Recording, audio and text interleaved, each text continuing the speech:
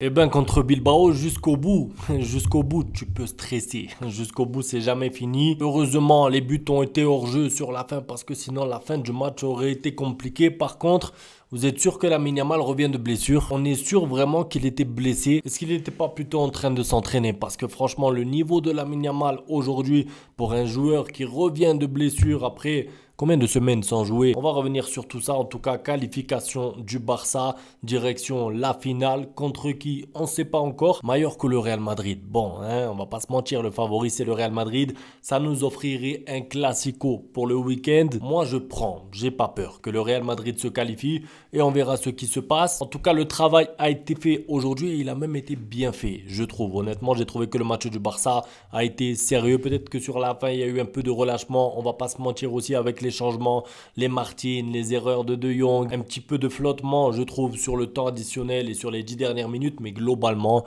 le match a été maîtrisé. Vous avez été supérieur, vous avez eu plus d'occasions. Et si Rafinha avait été un petit peu plus juste devant le but, peut-être qu'il y aurait eu 3 ou 4 buts aujourd'hui pour le Barça. Niveau composition, alors déjà, moi j'ai eu la surprise de voir Lamine Yamal titulaire parce que je vous ai dit, il revenait de blessure. Je me suis dit, il va pas prendre le risque avec lui. Il va pas le mettre titulaire. Regardez par exemple dans l'autre camp, Nico Williams qui était un peu incertain, il s'est retrouvé remplaçant. J'ai envie de dire tant mieux pour le Barça, mais sa rentrée à Nico Williams n'a pas été bonne. Et ouais Nico, si tu voulais jouer des finales, si tu voulais jouer des titres cette année, il fallait rejoindre le Barça. Bon évidemment je rigole, je sais qu'il y avait des problèmes au niveau de l'inscription du joueur et tout, mais c'est vrai qu'il va finir hors top 5 en Liga et c'est compliqué pour Nico Williams. Bref, c'est pas le sujet. J'ai eu la bonne surprise aussi de voir Chesney dans les buts et je vous mens pas, je suis content moi. Je sais pas pour vous, mais j'avais envie de le voir, j'avais envie de le connaître, même si on le connaît avec son passé, la Juventus et tout. J'avais envie de le voir avec le Barça dans un match. Je pensais qu'on allait le voir peut-être dans un match de Liga d'abord. Bon, la Coupe du Roi, on sait qu'on va le voir. Mais là, c'était un match en fait important, un match à enjeu. Et donner du temps de jeu comme ça, donner une titularisation à Chesney, pour moi, c'est de la considération. Et pour moi, c'est important pour la suite. Ça prouve qu'en fait, tu lui fais confiance et qu'il n'est pas juste venu pour fumer des cigarettes pour ceux qui ont la référence et rester vivre à Barcelone. En plus de ça, je le trouve quand même réussi son match à Chesney. Alors oui, il prend un but ou deux qui sont ensuite refusés pour hors-jeu. Il fait une erreur. À un moment, malheureusement, j'ai eu peur. Il fait une erreur sur une sortie. Je crois que c'est juste avant la mi-temps, comme par hasard, sur qui? Sur Williams.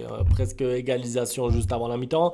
Le match de Chesney n'a pas été parfait du début à la fin, mais il a été suffisamment bon pour que tu te dises, bon, j'ai un gardien numéro 1 et j'ai une doublure. Une doublure avec un niveau quand même convenable pour justement jouer, je sais pas, une dizaine de matchs jusqu'à la fin. Le reste de la compo, c'était prévisible, attendu. De Jong sur le banc. Je suis content pour Gavi aujourd'hui aussi parce que Gavi, c'est un joueur, bon, je sais pas, son état de santé, j'espère que c'est pas une blessure, j'espère que c'était des crampes, de la fatigue ou je sais pas, mais le Barça va avoir besoin de Gavi dans les prochaines semaines, donc j'espère qu'il aura rien de grave. Maintenant, le match de Gavi, j'ai beaucoup aimé au-delà du but, ça veut dire que moi, but ou pas, je regarde pas que ça pour Gavi, j'ai trouvé un joueur très actif, je l'ai trouvé très bon entre les lignes et je suis content pour lui parce que c'est un joueur qui, quand il est revenu de blessure quand même, ligament croisé, un an d'absence, j'ai vu des commentaires sur lui, voilà, finalement il est nul, finalement il sert à rien, finalement il apporte rien, j'en ai vu des commentaires négatifs sur Gavi. Peut-être que c'est pas le meilleur milieu de terrain du monde, d'accord, je suis d'accord, mais il a un apport, il aide l'équipe, il est bon techniquement, il peut conclure aussi, il peut marquer aussi quelques buts au cours d'une saison et souvent des buts importants en plus. Je veux dire,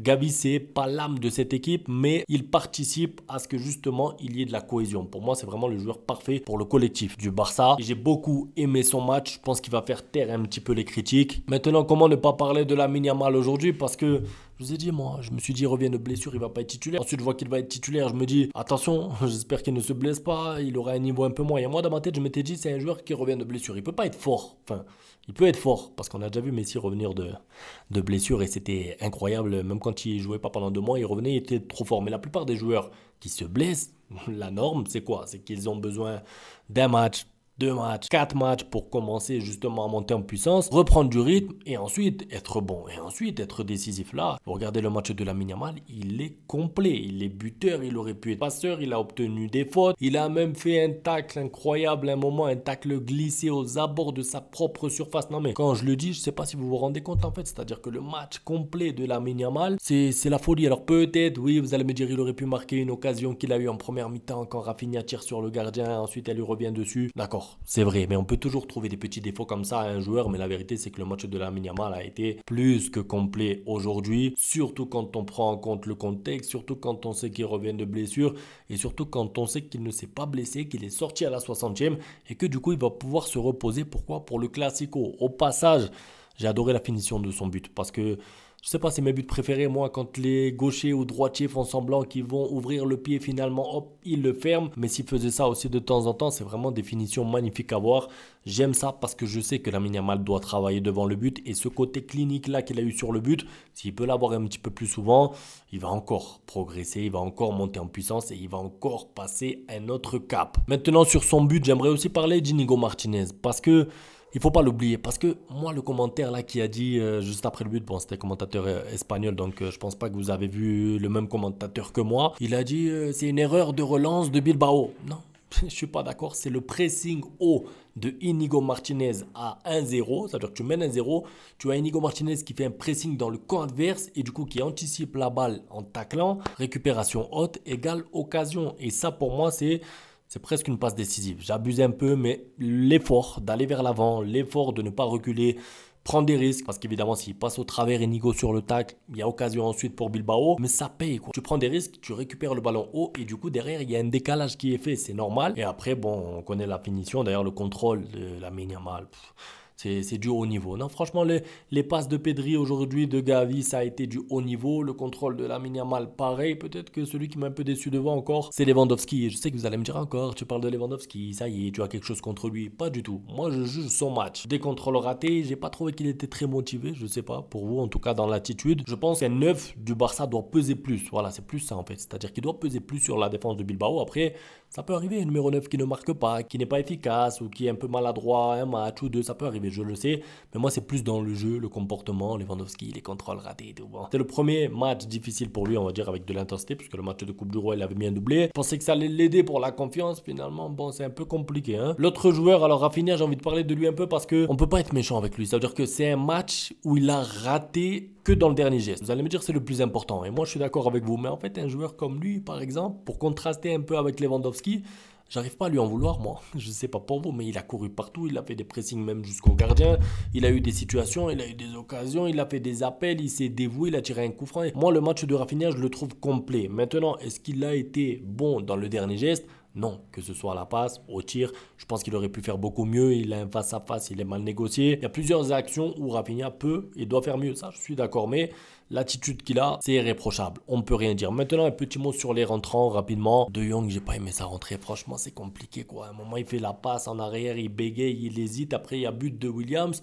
Heureusement, tu es sauvé par la VAR parce que la balle, elle est micro-touchée. Elle est un peu touchée par un joueur de Bilbao, ce qui fait que ça compte comme étant une passe. Donc, le but est refusé. C'est normal, il n'y a pas d'erreur d'arbitrage.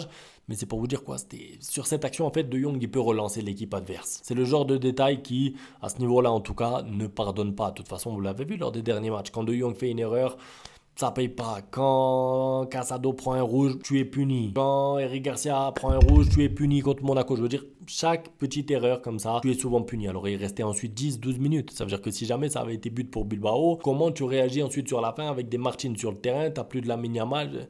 Voilà, tu mènes 2-0, tu es en contrôle et tout d'un coup sur une passe ratée ou sur une petite hésitation de De Jong, tu as failli te mettre en danger la qualification. J'exagère un peu. En tout cas, voilà, je suis très content parce que je voulais voir le Barça jouer ce week-end quand même. Parce que si tu perdais là, bon, en plus déjà t'as le Real qui vont sûrement gagner la coupe derrière. Et en plus toi tu joues pas, il faut attendre encore. Voilà, j'ai envie de voir le Barça jouer, j'ai envie de voir un Classico. Je pense que c'est un bon Barça qu'on a vu aujourd'hui. Pas parfait, c'est pas le meilleur Barça depuis le début de la saison, mais il y a des choses rassurantes quand même. C'était Bilbao en face, c'est pas facile. Et c'était en tout cas pour moi un match assez plaisant à regarder. C'est tout pour la vidéo, un grand merci à tous pour le soutien. On se retrouve demain pour la suite. Ciao. Bang, bang, bang, bang, goodbye. Ustedes pueden aceptar mi negocio o aceptar las consecuencias. Plata o plomo.